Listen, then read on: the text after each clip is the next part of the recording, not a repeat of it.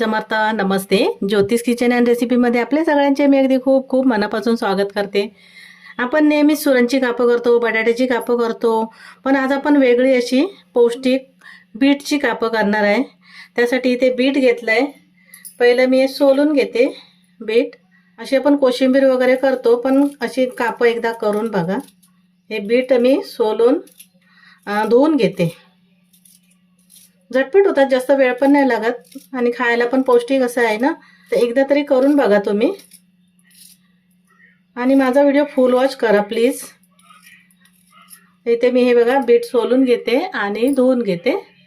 इथे मी बीट सोलून धुवून घेतलंय. आता मी कापं करून घेते, कापून घेते.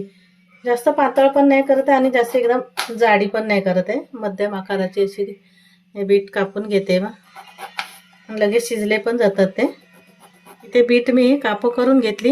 ही थोडी आता बाजूला ठेवते आणि त्यासाठी मसाला बनवून घेते. मसाला बनवायसाठी मी इथे थोडीशी हळद घेतली.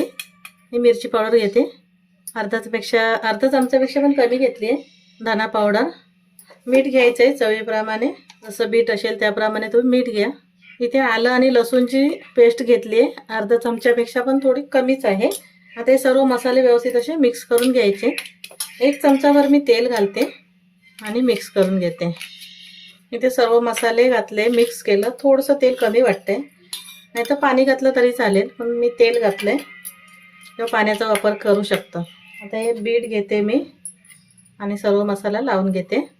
असं व्यवस्थित लावून घ्यायचं. मी इथे सर्व बीटला व्यवस्थित मसाला असा लावून घेतला आहे. आता फ्राय करायला घेते. इथे गॅसवर पॅन ठेवला आहे, त्यामध्ये तेल घालून घेते. मी सगळीकडे असं पसरून घेते आणि बीटची कापं आहेत ना ती ठेवून घेते.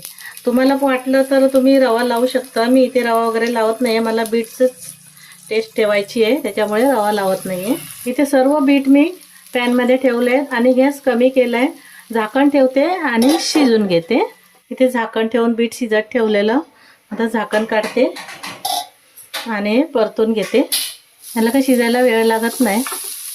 थोडेसे पाहिजे तर तुम्ही जाडसर कापू शकतात, आवडीप्रमाणे. जाड पाहिजे, पातळ पाहिजे कापं तशी. आता मी परतून घेतले. वरून थोडंसं वाटलं तेल तुम्हाला तर घाला, मी कारण घालत नाही आहे, कमी तेलामध्ये मी करते. तुम्हाला तेल आवडत असेल तर थोडंसं वरून घालून घ्या, मी घालत नाही आहे. परत एकदा झाकण ठेवते आणि शिजवून घेते दुसऱ्या बाजूने पण. इथे मी कापं पलटी केलेली, परतून परत झाकण ठेवून शिजत ठेवलेली आणि शिजली गेली आहेत. बघा, लगेच शिजायला काही वेळ लागत नाही शिजायला. हे बाजूची असतात ना, ती थोडीशी मध्ये अशी करून घ्यायची नंतर. आणि मस्त आपली इथे कापं तयार झाली आहेत. गॅस बंद करते आणि मी काढून घेते. इथे बघा, अगदी 5 ते 10 मिनिटामध्ये ही रेसिपी तयार होते. बीटरूटची कापं खायला एकदम मस्त आणि पौष्टिक आहेत. तेव्हा तुम्हाला माझी रेसिपी आवडली असेल तर लाईक करा, शेअर करा, सबस्क्राईब करा. पुन्हा भेटूया आपण अशाच एका नवीन रेसिपीसोबत. थँक्यू, धन्यवाद.